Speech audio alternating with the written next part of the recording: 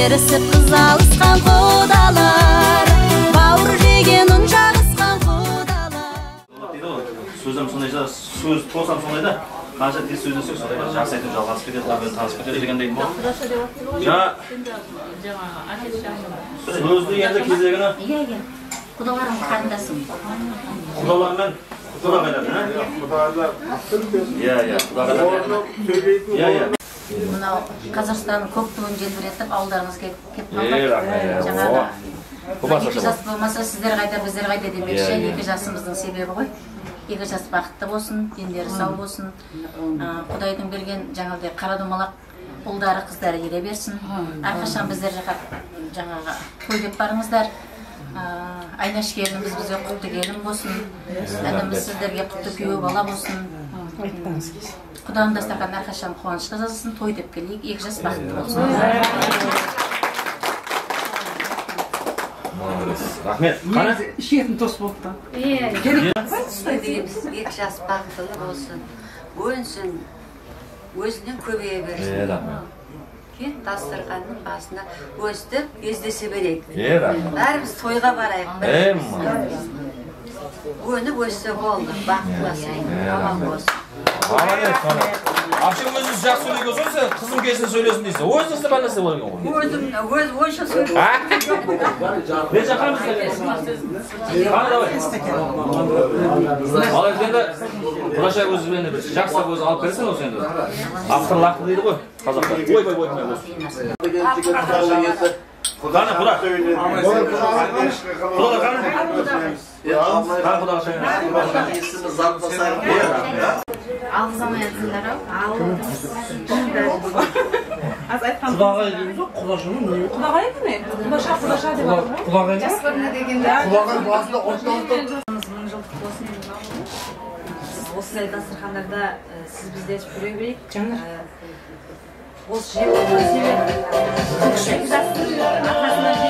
ұзақ ғұмырлы болсын, дендері сау болсын, отбасылы, үлкен отбасылы ер азамат болып, азаматша болып, бірі ай, бірі жұлдыз артынан ере берсін. Балапандары біздің жолымызды берсін. Егізден, сегізден осында берсін. Ең бастысы денсаулықтары мықты болсын. Біздесіп, екі жас сыйласты ғой, бір-бірін сыйласып, осындай кең дастархандарда жиыла берейік. Таныстығымыз мың жылдық бола берсін, жастар бақытты болсын. Соғын алып қойыңыздар. Камерадан кел, камерадан кел. Қашан алып? Болсын, сыйластығы. Соқырап келу, қарым-қатынас бола берсін әрқашан. Осындай дастархан жақсы күндерде ашылсын, барлықтарыңыз үйлеріңізде екі жас бақытты болсын. Келініміз Айна, күйеу боламыз. Садуақас. Елдеміз әрқашан да осындай ашық күндерде, жақсы күндерде, мерекелерде кездесіп, осындай күндеріңіз көп бола берсін.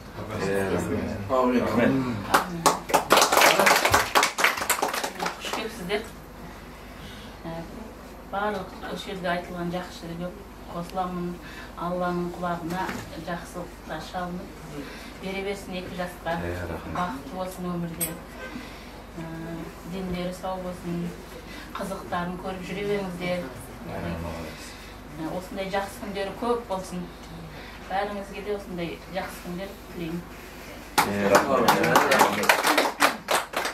Қанам алып, енді өздеріңіз бір ұстырып қана құдадан енді әже бұл кісі енді Енді мынау қазір бұрын 5 уақыт намаз дейтін еді. Не шариатта бар ғой, мен 5 уақыт намаз оқимын деп айтудың өзі тәкаппарлық. Баяғы шайтанды да пешелер мен айттым, ол айтқан мен айттым. Жоқ, мысалы мен айтып отырмын. Қазір ең ішпейтін нәрсе мен рөлдемін десең ойбай дейді да. Ол 5 уақыт намаздан ақталмайсың, анадан алып соқтырмасаңыз.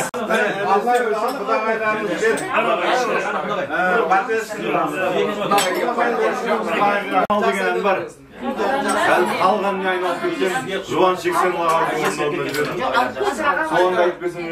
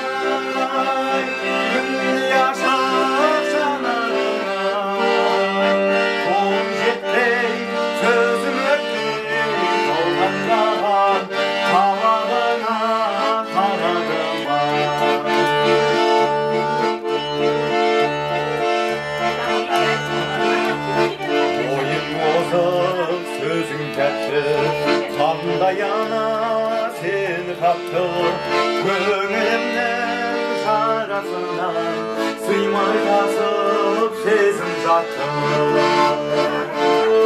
Nuri kamal kamalımay Külli yaşıp sanarına Son ziptey sözüm öttey soldandan havanına Nuri kamal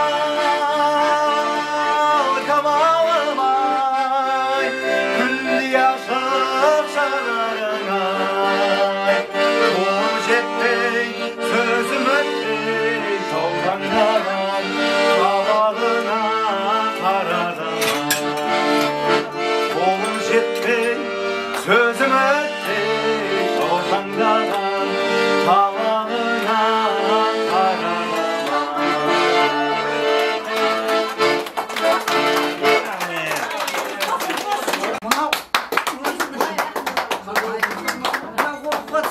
Алматыға ешкім ұқсамай бана десең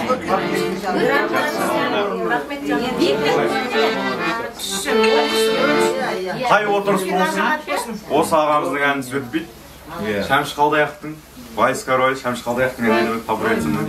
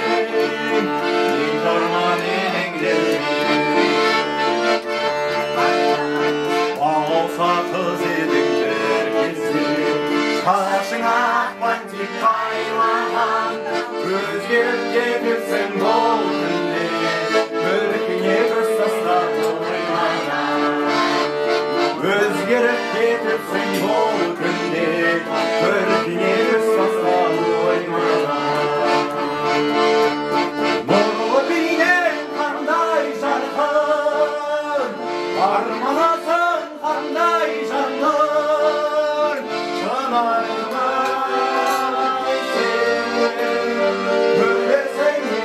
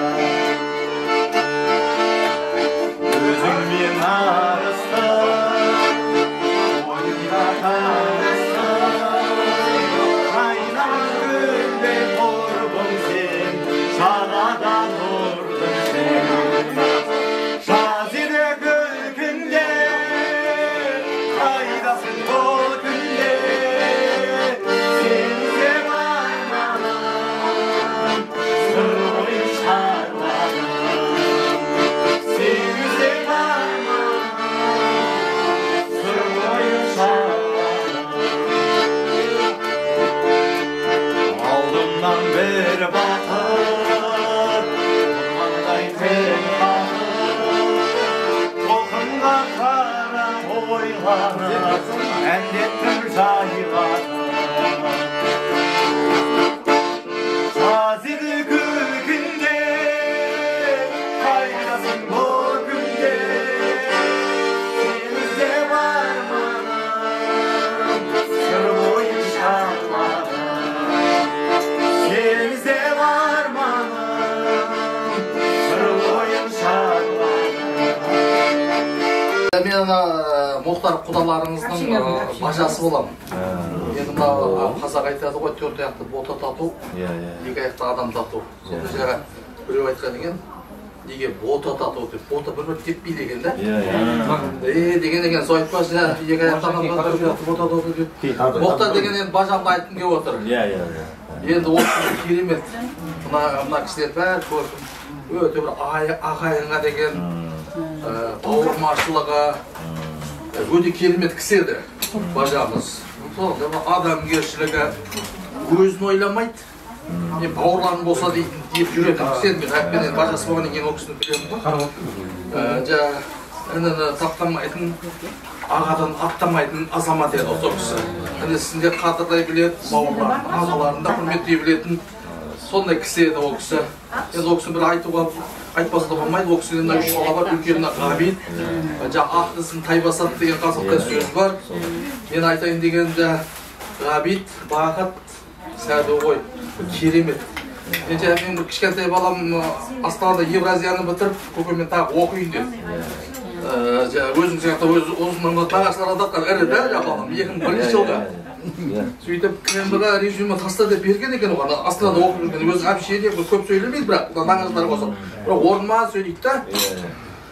Сөйтіп оны Алматы КАЗУ-ге высший математикаға грант топ бірінші курс магистратура оқып жатыр. Мен айтамын енді, просто мен бұны айтайын деген текті жердің азаматы текті болады дейді. Тектілік, текті қан қуат, тұқым қуат дейді ғой, тектіден текті туылады, текті тұқым қуат дейді.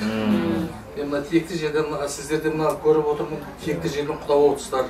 Енді сіздерді көріп, өзім Араққа онша жақын адам емеспін негізі. Бірақ бұны сіздерді көріп, мына текті, осындай ағайын, осындай жермен құда отыр, мынау қанында кен құдағайымыз, қаны бар жерде қан сайламас дейді. Бұл кісілерді жаңа құдаларды көріп отырмыз. Өте керемет жердің келін ауады ғой вообще. Негізі бұл кісілер бажамда ұстаз еді, мектеп директор болып неше жыл пенсияда істеп пенсияға шыққан. Мына Қайынбекем де әпше деп кеткеніміз ұстаз, ілгері патша келе жатып, аттан түсіп амандасқан екен бұл тұрған кісіге.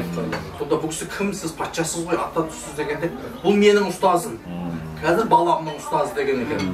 Сол айтпасын, мамандардың ішінде ұстаз ұлы маман деп есептейді, себебі патшаны өзі аттан түсіп амандасқан екен. Құдағиларыңыз да ұстаз болып, пенсияға шығып отыр. Енді ұстаздар елдің баласын емес, өз баласын да тәрбиелейді ғой. Ғабитті мына Сәдуде өз керемет, азамат күйе балдарыңыз артығы жоқ. Қазір мына қоғамда заманға қарап жастар өзгеріп жатыр. Мынау нашаға неге беріліп кетіп отқан, қара дәріге беріп отқан азаматтар көп. Сол айтпашы, мынау күйе балдарыңызда ішпейді, мынау үшеуі де өз керемет, мынау Қайынбекеміз тәрбиеледі. Бірақ нағыз бір азамат, қазақтың туын көтеретін азаматтардай қылып тәрбиеледі балдарын. Өте бауырмашыл мына жігіттер. Ғабитті де Бақытты да білемін ғой, жәлдегі не дейді, көп тыңдап, аз сөйлейтін азаматтар. Негізі мен көп сөйлеп, аз тыңдаймын өзім. Мен просто көріп айтайын дегенім, мына Орекеңді көріп, мына көкемді көріп, бәрі ағаларды көріп, мен ораз келіңізде тиектісімін. Керемет осындай жерлермен балдарыңызды көріп отырмын, қызмет қағат, мен өзі байғап қараймыз. Мен әкем өзі 38 жаста бірінші жұмырға мектеп 6 медалмен бітіріп, Томскте автодорожный институты қыз дипломын бітірген адам әкеміз. 38 жасында, 73 жыл Октябрьский районға райисполком болып келген кезде 38 жасында қайтыс болған. Шыңғырғанда жолдастарымның күмбез қылып саған ғой. Онда жәлде Есейім Сәрсенбай айтып еді баяғыда мен ерінгеде. Ақтай 38 жасында бір облыс болмаса бір ауданның 6 жылыңызда орден Ленин алып Москваға барып. 6 жылда қызметке көтерілген азамат еді әкеміз. Ағайын болған екен айтып отырмын ғой. Мен айтпақшы болғанмын, нағашылар да керемет азаматтар, керемет жермен қыз беріп отырсыздар. Аға да сізді кеше көріп, кеше Қайынбекем айтып отыр, әпше деймін ғой, мен Қайынбекеде просто сөзін естімен сізді айтып, Айшекен кесін дегенге бір мәз болып қалдым. Турасы, мынау жылғы тұяқпан семірет, адам құлақпан семірет дейді. Ескен кезде ойбай деп кеше паспорт алып паспорт алып сөйтіп айтты ма деп. Келіп жатырмыз, осы сіздерге рахмет, көрдің Орекеңнің әңгімесін. Жәлдегі, мен өзі көп сөйлей жіберетін бар. Орекеңнің әңгімесін тыңдап отырып, бәрі мағынаны сөз демалып отырмыз турасы да. Бұл кісілердің қызмет қылғандарын көріп, жәлдегі барлықтарыңызды айтып отырсыз, сізде Астақ Пензапта елге қызмет қылып, мен ғанам 2 баласы жау участковы, Қалмаметтің қолында, министр МВД-ның қолында диплом алған балдар. Не дейміз енді, органда істейді ғой. Орекеңдей мынау осындай ағамыз бар, құдамыз бар, Сәкеңдей, көкеміз ағамыз қыз беріп отыр. Көке, негізі бар ғой, көз жұмды айта берем мен. Керемет жермен қыз беріп отырсыз. Мынау айтып сүйеуде адалынан берсін, келінімде адал болсын деген заман болды қазір. Себебі қазіргі қоғам өзгеріп, тәрбие бұзылып, көштің алды қайға бар жатқан бір Алла біледі. Пенде білмейтін заман қазір, турасы. Көп нәрселерді естіп отырмыз. Жақсы жермен құда болсындар, Қайынбекем өзі бір керемет. Мына құдағи бақыттың апасы, екінші апасы үйленгенше анаң біреу болды, үйленгеннен кейін неге болады деп, бұл екінші анасы бақыт. Ғабиттан Сәдуден үлкенді, бұл кісілер жақсыны айтып отыр. Ес керемет жермен осы сіздерді көріп бір өзім дем алып, марғайып, арақты да көңілін көріп, настроением болса, ішкін келеді, былайша ішкін келмейді ғой. Осындай дәлдегі құдағиға да байқап отырмыз, адамның өз психология болып қалды ғой, психолог болып қалды ғой. Байқап бір көңілінің 30%-ін сөйлескен, 30%-ін біздің кейінді көргенде 80%-ін білесін қандай адам екен. Өз айтып береді ғой адам бәрі қазір кім екен. Орекеңдерге әңгіме тыңдап отырмын. Бұндай кісілердің, мен Орекеңді жақсын айту керек қояды. Айтып отқан әңгімесіне өзім деп алып отырмын, қарап отырмын. Бұндай кісілер бар ғой негізі аз. Қазақстанда. Орекеде, тоба деп Құдай деп дастарханда айтайын, көп кісілер қазір шалдардан сұрасаңыз лақ кетті қайғы бір өзі білмейді. Мұндай әдемі, көркем сөздер ілгері біздер бала күнімізде шалдар айтады. Еститін тыңдайтын. Орекең қазір келген ана күнде құда болып барды. Бұл кісінің әңгімені құдам ағамыздың әңгімелерін тыңдап, мен кешеде айтып отырмын, өзім де айтып отырмын ғой сырттарыңыздан да. Оразкөлден әпшем дедім, керемет бір текті жерден қыз алды. Ағайын демейсің ғой, ағайын десең ағайын мақтап отыр да деп айтамын. Кеше балам айтады, сіз текті деп айтасыз, тектінің белгісі бар ба деді. Тектілік. Текті тектілігін қылады. Текті ешқашан жаманшылыққа бармайды. Текті біреуге орғазбайды. Текті біреумен біреудің арасына от тастамайды. Текті тектілігін қылады, тура жүреді, кем сөйлейді, көп тыңдайды. Тектінің қызы да баласы да оқымыс болады. Бая бір кісі айтып еді, ағам, інім главврач, ағам прокуратурада істеді, ана бүйтті. Қыздардың бәрі тексіз жерден алып, балдардың бәрі тупой болды деп еді, біреуі татпайды. Сонда білдім, тексіз жердің балдары толтаба тектілігін істейді. Қазақтың бір туын көтереді деп еді, біраш әйелді алдын әңгіме болды. Бұл кезде бойдақпыз. Неге бүйтіп айтты десек, бәрі тұқым болады екен да. Өзің көтермесең қазақтың туын. Ұрпақ көтеретін азаматтар дүниеге келсін деп отырмын, Құда қаласа. Аға, мынау Сәду өзім сияқты ірі жігіт, байқап отырмын, бәріңіз ірі екенсіздер. Күйеу балдарыңызды ірі екен. Нағашылар да ірі. Денсау бол, түпай, көзден сақтасын. Мен бұл топ отырмын, 100 грамм ішкеннен кейін сән әңгіме. Жақсы. Бұғалым емессің бірақ. Бірақ кісілер көкеме айтып отырмын да, ішкеннен кейін адам ішкенде біл дейді ғой. Үйдегі құдағиың, келініңіз айыр құдағиыңыз. Сөйлесең, ішіп берсең, ішсең шебер дейді. Мен көп ішпейтін біледі ғой. Көп сөйлемеш, көп тұрғаш. Ертең құдағың әңгімесін әңгімесін. Сәкенше соны Орекеңе айтып жаңа бұл егіндері көріп атым. Денсау болсын, қысқасы, жастар бақытты болсын. Әрдайым сіздердің жақсы күндеріңізге керек. Осындай мынау Ғаппар Құданың баласында Абылайхан деп отырмыз, Абай деп отырмыз. Саттар кісінің өзі, мына Ғаппар кісінің өзі керемет кісі. Мен бажамның өзі керемет кісі еді бейшара. Мен ол кісінің бір еске айтпауға болмады. Сондай керемет бауырмашыл, ағайынға, туысқа, бауырмашыл қолына келсе жеп отқан нанын беретін азамат еді. Мен мына тұрмын ғой дастархандарыңыздың. Сондай керемет бажамыз бар еді бейшара. Бірақ содан қалған мына ұрпақ үш жігіт. Үшеуінде үйлі жайлы қылып, Құда қаласа үшеуінде үйлі болып, не қылып отыр. Құда қаласа әмшемізде есе бүтін негізі. Керемет не дейміз енді. Жастар бақытты болсын. Біз қазақта айтады. Құда, Құдайдан кейінгі адам. Құда болып барсам, патшадай күтіп атсыздар, той өзіңді бір жарты сағатта патша күтіп қалар екенсің. Не ішесің, не жейсің деп Құда болып барғанды айтасыздар. Денсау болсын, сіз біздесің, әрдайым сыйлатып сіздерге мың алғыс. Өзім бір жүректен айтып отырмын. Алла разы болсын сіздерге әрдайым. Бастап қалдым ба? Өте жақсы. Бүгінгі жайып отқан дастархандарыңыз кеңінен жайыла берсін. Тойға жайылсын. Жастарымыз бақытты болып, дендері сау болып, өзімен көбейіп жүре берсін. Заманымыз тыныш болсын, еліміз аман болсын. Осы үйге тек тойға кетейік. Ең кішкене нәрсе. Кішкене анадай. Бізде көрінбейтін адамдарда. Пана-панада жүреді. Пана-панада жүреді. Анарбаярда ұшқұдық деген. Қош келіпсіздер. Сол жақтан кісі. Жастар бақытты болсын. Врач, сес бойынша врач болсын. Бәріңізге де жүрісті болсын. Қарықтылар алдырған. Басқанымыз ол.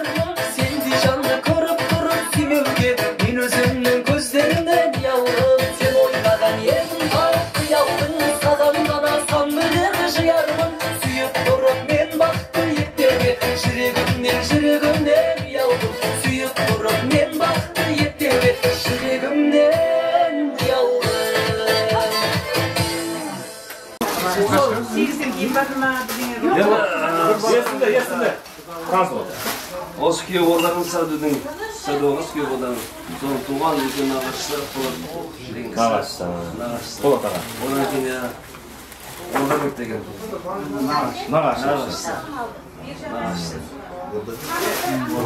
осы бұл кісілер осы Қызылқұмның деген кісілер Садық деген құдамыз бар да сол кісінің ұрпақтары біз өзіміз Садудың ағаларымыз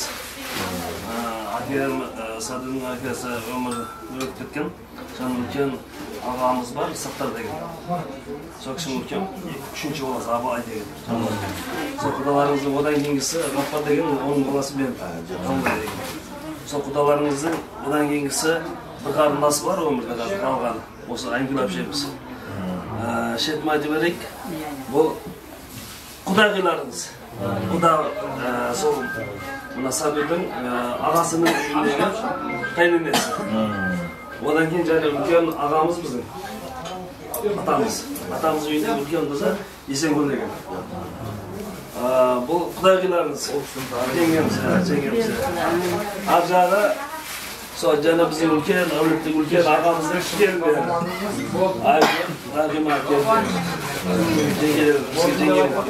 ағаларымыз көп келе алмай қалды өз бауымен қысқаша осы қараңыз Қуаныш пен Зухра деген бір өте жақсы инсандар да біреуі күйеу біреуі әрі күйеуім әрі қайным менің жаңағы кім енді Оразгелдіден үйленген болса тиектілерден әсіресе онша сөйлей алмайды біздер қараң қаралып отырсын қара бұлар үшеуіме төртеу өздері берді да ең үлкені мына біздің жеңгеміз болады және бір екеуі келген жылы қарлығаш дегендер бар бір танысаңыз керек мен айтпақшымын осы екі жас Қуаныштар Зухралар қандай жақсы инсандар біреуі жиенім біреуі күйеуім ауаны қараңыз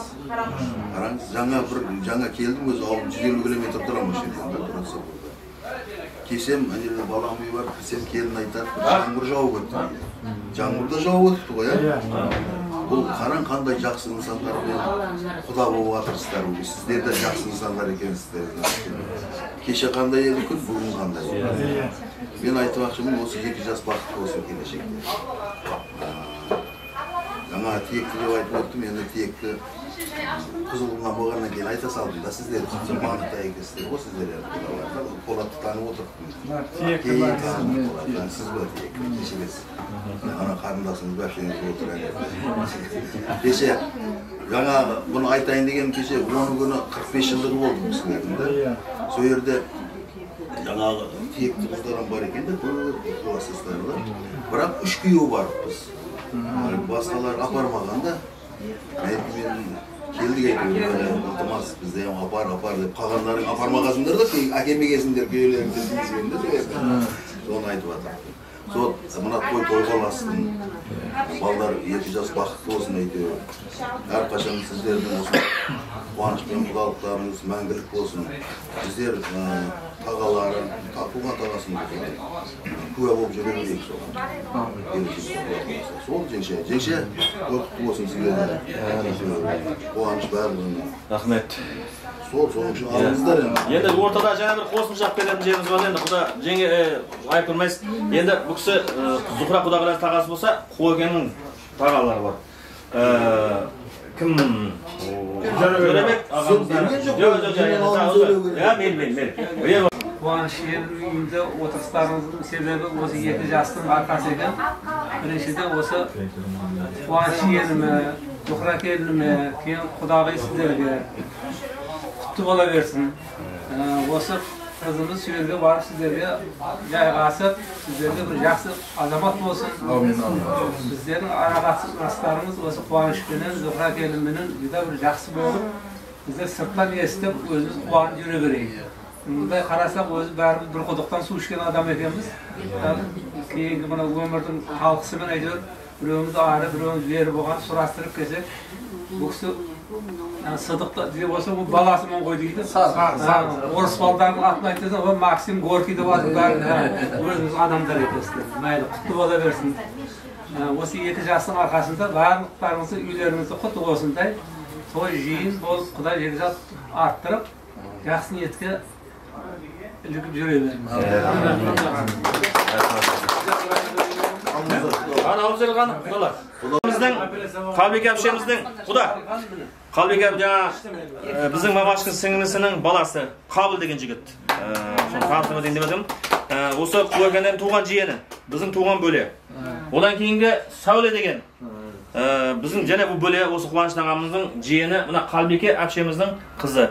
Бұл Шұдықта, бұл кісі Нұрат ауданында. Одан кейін Гүлдәрі деген қарындасымыз. Біздің ең кішкене қарындасымыз болады. Осы Нұрат ауылында тұрады. Осы Қойгеннің туған жиені бұлар. Солай енді жаңағыдай жетісті да таныстырың біздерден бір құдаларымыз бар. Танысып осы вакалаттан пайдаланып таныстырып жіберейін деп сөйтіп. Сол.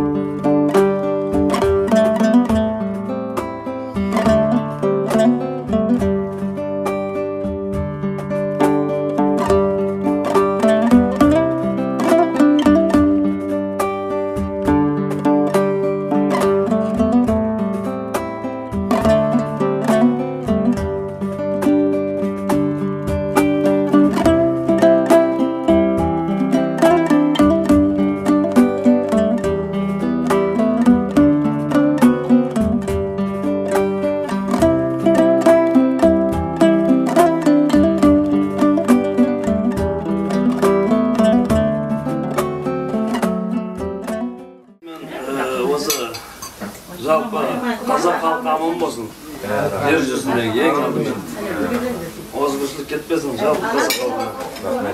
Одан кентілерім өзім үніме. Әкемі үнісінің ең баласы Садуағасы. Атынан сай жігіт болсын, келінен көп бақытты болсын. Аталуынан жолын болсын, нағышлары жолын болсын. Қолын болсын. Келешек ұрпағам атынан сай, ұлтынан сай азамат болып өссін. Сол айтпасы біздің әне енді танысы болсақ, Бәріміз нағашы болып келеміз. Мен Оразкелдің жиені боламын негізі өзім. Сол айтпақшы, иә. Мен өзім Руып Қаракөсе Мырзашөл Ашкөлден төбем ата-бабамыз жатқан жер сөйледі. Сол жаңында айтпақшы, өзім нағашым әрі құдамыз айтпақшы, сол Арыстанды ұстаған енді қазір личный дейді ғой, личный өзім бабаларым болған. Сол басын шауып деген ауылға әңгімен айтып кетейік. Ауылға шауып бере деген бабаларымыз жылқы баққан, мал баққан Мырзашөлде өзі Мырзашөл Ашкөлді көбейтті біздің бабамыз ашқан. Сол кезде жылқы бағып, ат байдап кетіп, қыстың күні қыстауға, жазда жайлауға келеді. Сол кезде келген кезде ауыл шуылданған, арыстан келді, бір келді, жеп барады деген. Атам шыққан екен сол кезде бір бабамыз өзі, Қаракөсеміз бабамыз. Не болады өзім дейді. Шыққан ауға, бүйтіп шықса, арыстан осы ана әкемді айтқандар екен, бабаларымыз айтқаны. Күш уақытта бір малды жеп жатқан екен шалқайып. Сол кезде атамыз, мынау ма шықпа деп бастаған екен ғой. Сол мен осыны шауып өлтірсем, халық сенбейді деген екен ғой. Сол үстіне шауған кезде ауылға қарай шауған екен арыстан. Ауылға қарай барған кезде, ауылға жеткен кезде басын шауып өлтірген екен да. Сол кезде содан кейін, сол қазір мына Ашкөл, Шардар Ашкөлді сүйретеді бір бабаларымыздың барлығы. Сүйретеді. Соның ұрпақтарымыз енді. Жұттан жерде бар енді бізге. Біздердің нағашыларымыз енді. Біреу қонып өткен, біреу шалып өткен дейді. Енді бізге қонып өткен, Оразкелден шалып өткен, ан жағынан. Ол жағы да бар. Енді Мырза Оразкелді деп айтайын десем, Мырзалықтың өзі көгем біледі, әрі нағашым. Кеше әкеммен отырды. Мырза деген тарихым жүді өзіне өте жақсы түсіндіріп өзім әкем қайда деген. Сол айтпақшы, мына жалпы сіздердің қауымдарыңызға, ауызбіршіліктеріңізге, ағайындар татуластығыңызға мың алғыс. Келініміз бақытты болсын, келінге де мың шүкір. Келінім, женше сізге де өзім жеңгем, туған жеңгем, жақсы жерден келін алыпсыздар. Өзім жеңгем, өзім ұрпақтарымды да мақтап қойын да. Сіздерге сәдуде күйеу балдарыңыз. Момын жігіт. Енді айтайын, бойда, денесінде тартқан, бір жағын нағашысына, бір жағы өзі бабамызға тартқан. Бабамыз Арыстанда жауған бабамыз болған. Сол айтпақшы, тойымыз тойға жалғасын. Жақсы күнде кездесек, қазақ халқы елі аман болсын, ауызбіршілік кетпесін. Осы ата-бабамыздың артынан қалған осы жерлер. Соны аман есен алып, ұрпақтарымыз көбейіп жүре берсін. Сәду болсын, жалғасы болсын. Жекжаттар аман болыңыздар. Құда жекжат болғанымыз мың жылдық болсын. Әйтеуір жақсылығымыз көп болсын, сіз біздің шоу olmasın. Айта берсең әңгіме көп, жалғастырсың не көп. Мықты елдің несі өзі көрінеді ғой жаңағы, айта берсең. Жақсы күніңіз көп болсын. Сіз біздің жоқ olmasın. Рахмет сіздерге де. Сізді де күтіп жаңағыдай көңілді білмейміз. Жақсаңыз бақыласың. Нағашым қосып атып қойшы. Рахмет. Өзім кем қосайын ба? Қосайын ба? Сен қолға жуатсың. Енді үлгені осы да иә. Рахмет. Құлайға жақсы. Жақсы бақсы болсын. Енді айта берсін.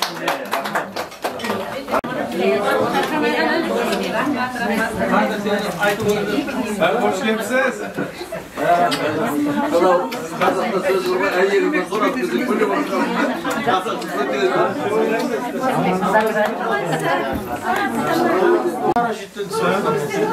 Қалайсыздар ұлдалар?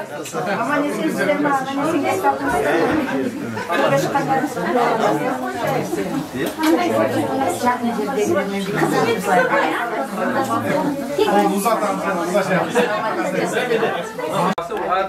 жақсы күндерді бас қосып отыра береді.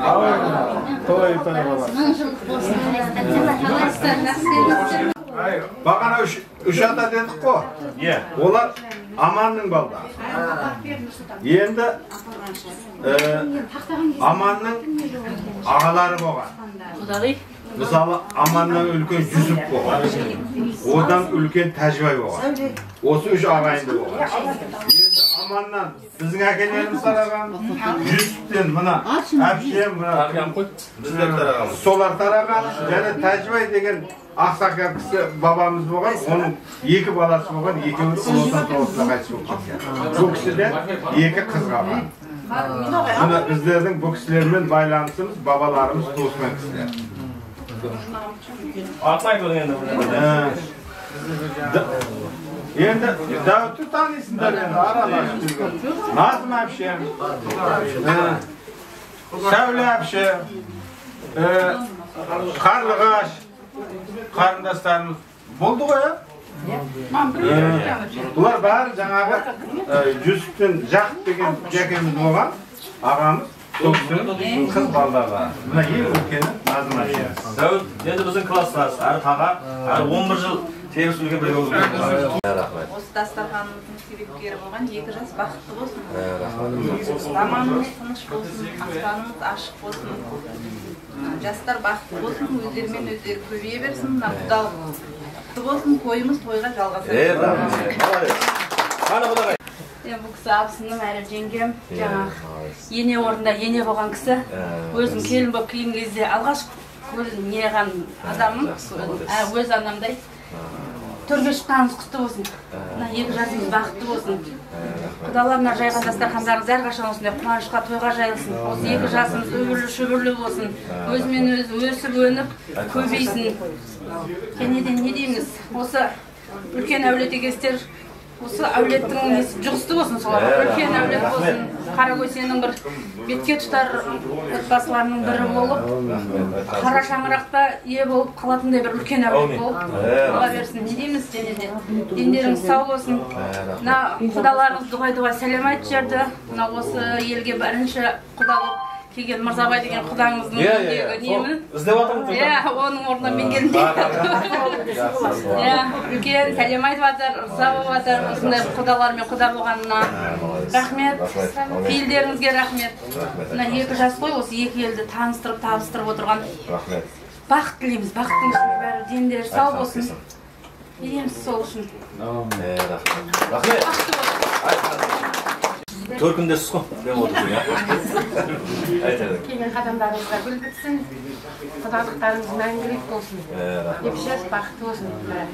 Сіңісташын құдағайларыңыз. Дендері сау болсын, өсін. Мына құрған шаңырақ, отауының шаңырағы биік, босағасы берік болып, осындай тойлардан бас шықпады.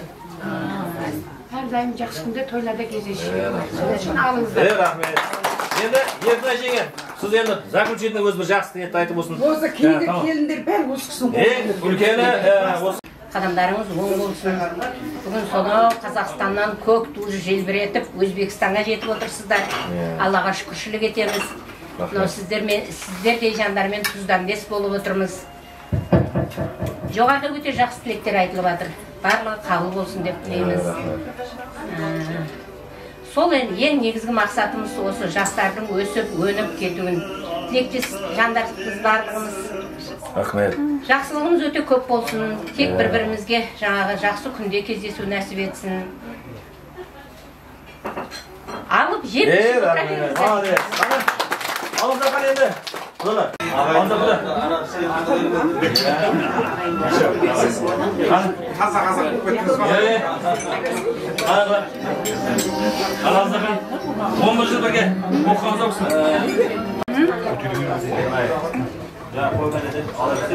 Өзен білесің бір қадесі бар. Жаңа бауыр көрді ме? Көрі бауыр дейді. Бұл кешке зейдігер дедім ғой. Соны бір енді ұрыман құды сіздерге ұзап бақшы. Қан құдалар. Қан келіңіздер қандалай. Құда тегізген, құйрық бауыр жегізген, айналайын құдаларымнан, құдасы бар дегізген. Құда дегізген, құйрық бауыр жегізген, 2 жастан айналайын, бізді тойға жеткізген.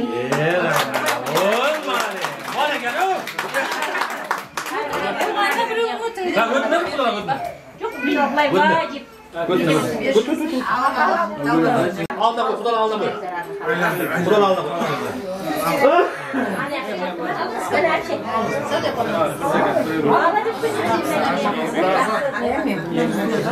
Yazı biz sizin aldığınızda söyleyip bakıyoruz. Siz de yeseniz de tanışmasak deyimiz de. Sonuçta енді bana bizim klasstasımız әрі тағам, әрі нағашым, әрі класстасым осы басшылығына келген әпшелерім, Қарлаш әпшем, Сәуір әпшем, Назым әпшем. Ана осы кісілерден төртеуінен бірді жұп қыламыз да. Жақсы ниет айтып, ат души. Осы кісілердің сөз үшін аласы бағанағыда ерді сағыз. Кешкін өзіңіздер өтіңіз. Қана?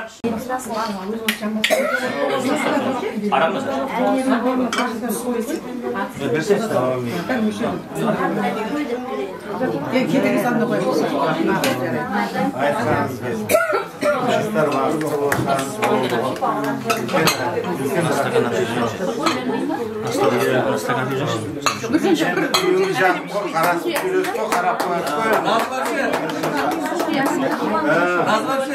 Müslüm cezlerinde sanamaysınız Ayşe'de. Sanamaysınız. Есіңіздер?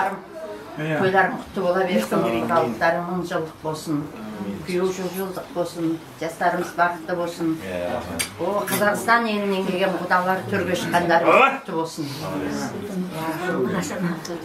Орталықта жаңағы алтын көпірімізде жаңағы дорбада, қайда бәрі жорғалап, жақсы күндерге келіп кетіп жүре беріңіздер. Амандық болсын, өсіп өнсін жастарымыз. Немерелерден қолыңыз тимей, бірін алып жоғалмасын. Бақытты күндеріміз көп болсын. Рахмет, әпшем. Бірді қартақ болсын. Қартақ әпше. Еңкеп айтайын ба? Ылғам келеді. Бауырларым болып атқан құдалық құтты болсын. Барлықтарыңызға құдалар көрге шыққандарыңыз құтты болсын. Негізгі екі жас қой енді бәріміздің басымызды біріктіріп осы ортаға жиып отқан жастарымыз бақытты болсын. Солардың қызығын көріп, қуанып жүре берейік. Мына мейірімді жүздерменен сіздерді көріп, әрдайым қуанышта басымыз біріміздің да сол шығарып қоямыз.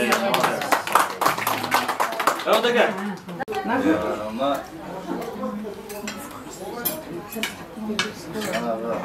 Қыз балақпанның басы дейді. Мына жақтан сонау Шымкентке түсіп, екі елді араластырып жатқан жайы бар екен. Жастар бақытты болсын. Өздерімен өздері көбейсін. Құда қаласа мына қуаныш ағаммен Зухра жеңшеме де құтты болсын жаңалықта. Екі ел тату тәтті осында кең дастарханның басында ойнап жүре берсін. Барлықтарыңызға, отбасыларыңызға амандық, той тілеймін. Еліңіз аман, жұртымыз тыныш болсын. Көрер қызығымыз көп болсын. Қош қалыңыз.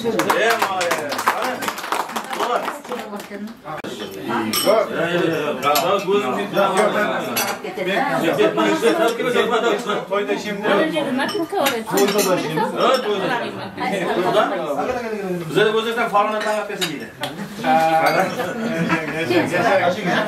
Әпшесі, Шырынгүліксі. Осы Havayı облысында, осы мақала 9-cı микродан дейміз, осы 9-cı микродан мақала райысы осы. Одан кейінгі әпшеміз, Орынгүл әпше, doğru mu? Бақтыгүл. Бақтыгүл әпше. Бақтыгүл әпше, осы Зухра құдағаларымыздың туысқаны, әпшесі, Шырынгүл әпшенің сіңлісі. Бар енді ағамның қыздары, Зухрағаларымыз. Onun için енді таныстырайды, өкістерді жағдайдағы екен, айтын сіздерді таныстырып өтеді. Соның үшін енді Шырынгүл апа, әпше, жақсы екеуді жүк кластырды, осы тосты бір алдырып, беті жақ құй жан. Бүгінгі төрге шыққандарыңыз құтты болсын. Бірақ құтыда құйылды ма? Жаңағы мына бүгін Зухра мен қуаныштан көрісі кеңейіп, міне сіздермен құда анда болып отырмыз. Құтты болсын деймін, балдарымыз бақытты болсын. Осы қуаныш мен Зухра сіңлінің үйінде тек той болсын, тойға келейік, тойға келіңіздер. Осы әрбір ата-ананың бақыты да, үміті да, жаңа мақсаты да балдарының бақытын, қуанышын көру. Сол қуаныштарыңызға көз тимесін, балдарыңыз бақытты болсын. Biz Navай қаласына тек тойға кетеміздер да. Тойымыз той қаласыз. Рахмет. Ne yapacağız? Devam ettireceğiz osunu. Hoş geldinizler. Bugün Kuvanç'ın iframinde. Ardayım jastар бақытты болсын. Ардайым тойларға келіңіздер. Сол құдашылығымыз мыңжылдық болсын. Кімдер алып жатыр? Zuhra Kudagay'ımızın can bavurları bunlar. Akılsınlar. Hani Kudagay'lar aldınızlar. Kudagay'lar işi vardı. Ben de aytsam satmam kalamam. Bizdeki to'yga sat qo'ygan. Bizi bu yangi o'zingiz ko'rib qan? Kecha ko'rgizda.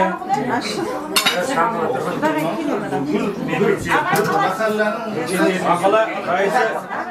Endi u kishini ovoz emas. O'sha qaynaqasining to'yida xizmatida bo'lib, dayindab yurgan o'sha besbarmoqning egalari o'slar.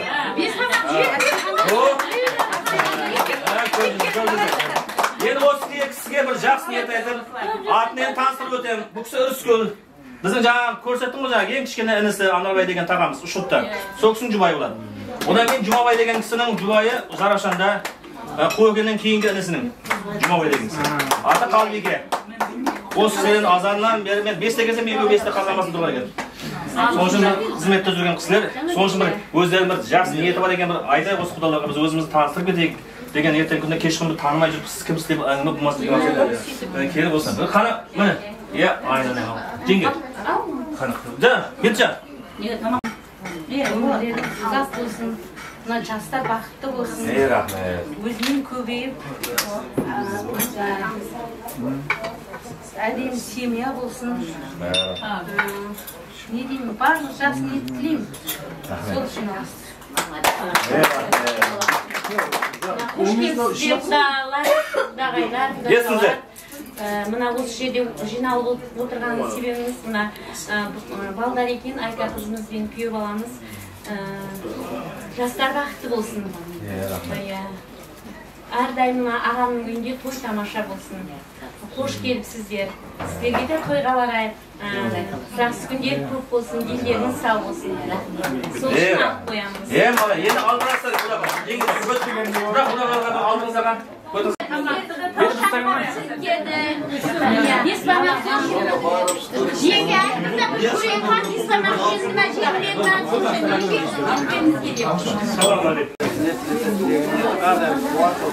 Toy bola bersin. Jас baqt. Ben mına qonaqlar kelganga olib qildim.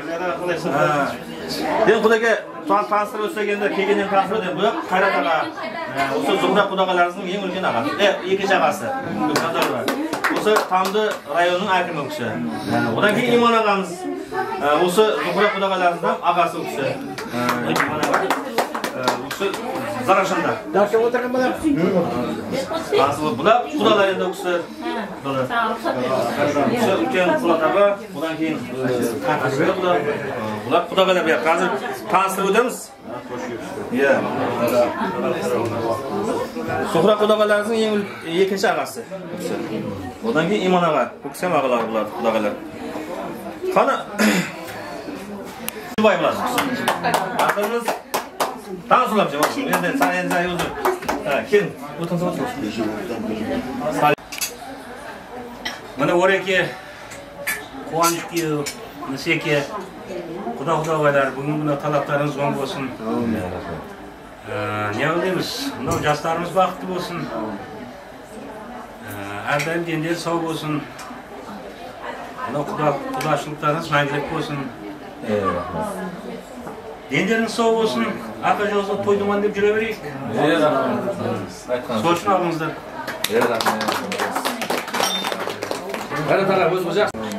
Talaplar olmasın, zaten varız gelip bilmesin, kulaklar müzik olsun. Yaşlar vakit ol, özümüz köpek, öbürüşü birlik olsun. Takılırsa bunlardan ülken toylarda bir götür nasip kalmasın. Zaten müzik yaşlı bir toylarda yarışsın. Tanrısı varmış ki bilse veremiz, kulaklar. Nasıl veremiz. Bağıttan çıkı diye sol amandık dileyim. Dinler sağ olsun. Toydum da gözü nasip olmaz. Burada ağızda kan kuda var. Doğru. Sen endi. Olsun endi. Ağızlar endi. Kola kola. Siz nagaşlar. Nagaşlar aman olsun. Alınızlar yani. Alınız yenge. Nagaşlar alınızlar. Kudalar, avuzlar, yeni kudalar. Buna otursun özünün dasturxan емес, adamlar bezейді. Адамдардың отырысы көңіл күй. Бүгін қандай бір жақсы отырыс болды деп ойлаймын мен. Отты өзіміз бір 20 жыл, 30 жыл бір-бірімізді көргендей есік ашық, бар көңілімізде не болса соны айтып отырмыз. Үлкен сіздерге мың алғыс, осындай отырысты сыйлағандарыңыз үшін барлықтарыңыз мына құдалар, Мырзағат ағама әзілдесем, бірақ бұл кісінің өз орны бар. Осыларға мың алғыс айтамыз. Біздердің мақсатымыз жастар бақытты болсын. Енді жастардың бақытты болуы сіз бен біздің қолымызда. Соларды жақсы жолға салып, жақсы жолға сап жіберсек, ертең қалған нәрсесін ар жағында бар кісілер өзі тартып кетеді. Сол үшін мына жастардың бақыты үшін, келешегі үшін мына сіздерге қатысып қызмет етсін тілеп, осы тапқанынша нені алуларыңызды өтінемін. Қалғанын енді тойдан айта жатармыз. Қуаныштан да кеп қалды. Құдалар, адамдарымыз құтты болсын. Едейміз, мына жастар бақытты болсын. Осы ағасын, осы ардайым, осы қойген күнде тойда, жуандар жасайық. Құдалықтарыңыз мың жылдық болсын. Жастар бақытты болсын, сол үшін аласы. Бөле. Бақытты болсын. Төрге шыққандарыңыз құтты болсын. Тек тойда бас қоса берейік. Тағам тапқан тойға шашыла берейік. Қойге өз бақсын етайық. Міне барлық жақсы ниеттерге қосыламыз. Жақсы ниеттерге жақсы ниет бола берсін. Мына құдалығымыз мың жылдық болсын. Сіз біздігіміз үзілмесін ағайындар. Мынау тапқан-тапқандарымыз тойға жақсы ниетке бұйыра берсін. Не дейміз? Денсаулық болсын, жастарымыз бақытты болсын. Солардың қуанышына өлең жүрек етер. Солардың қызығын көрейік. Сау болайық, саламат болайық. Барды келді үзілмесін ағайындар. Сау болыңыздар. Барлықтарыңызға рахмет. Мені құдаларыңызға естеміз. Құдаларыңыздар. Құрметті құдалар, құдалар, төрге шыққандарыңыз құтты болсын. Бұл жердесің бе? Осы отырысымыздың себепшісі екі жас екен. Жаңа бір екі маша айтып қойдық. Сәдуақаспен тұрмыс құруы. Екеуі бақытты болсын, жастар ұзақ болсын. Тойға ұласа берсін. Енді жыл құда қаласа бесік тойында отырайық өстіп. Өсіп өніп, осындай біздерде үлкен семья болып көбейе берсін. Барлықтарыңызға не деймін, денсаулық тілеймін. Тек жақсы күндерде бірге отырайық. Құданың жылдық болсын, 100 жылдық болсын. Сонда бақытты болсын жастар. Рахмет. Қане? Алыңыздар қане енді? Құдағайлар, қане? Алыңыздар қане? Алыңыздар қане? Бақтыр әпше. Алыңыздар құдағайлар, алыңыздар қане? Қане?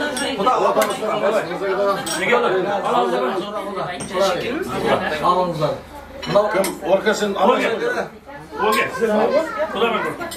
Алыңыздар қане? Алыңыздар қане? Бір қарай бір артық сөздеріңіз жоқ та, ол да сіздердің бір жектіліктеріңіз шығар. Ореке да, мен өзіме дастархан тұр ғой, дастархан алдында ешқасан қасам ішпейді. Бая біреу айтқанда қасам ішкен айранда кесеге қойып төккісін да кесені дақтылап қасам ішпейді әжі барынша деп еді. Сол айтпашы мен бүгін қасам ішкім келіп отыр, айтқым келіп отыр. Сіздердей ұлы қазақтың осы тұлғаларымен 100 грамм алып отқаным өте қуанышты. Алла сіздерге разы болсын. Осындай әпшеде, осындай жерден қыз алып өткенім сізге мың алғыс. Бүгін ішіп отырмын өзімді баспай атпай, темек шекпей, арақ ішпей. Бірақ осындай кісілер көрген кезде ішмеуге болмайды екен, бұл да ішіміне деген. Бол екен. Құдайым оңласын, аруақтарым қолдасын, мына екі жасты бақытты қылсын, мына дастарханда отырған жалпы құда жеңілдіктердің әрдайым осында қуанышы бірге болсын, осында бір-біріңізге жұғысты болсын. Toydan кездесек, басын тойдан ажырамасын. Осы періштелер құлағына шалынсын. Музыка. Еріп берсек сезіммен жаның қалауына, қателікпен түсерміз мән қалауына. Жар етейін анамның ұнатқан қызын, тұрмысқа шық әкеңнің таңдағанына.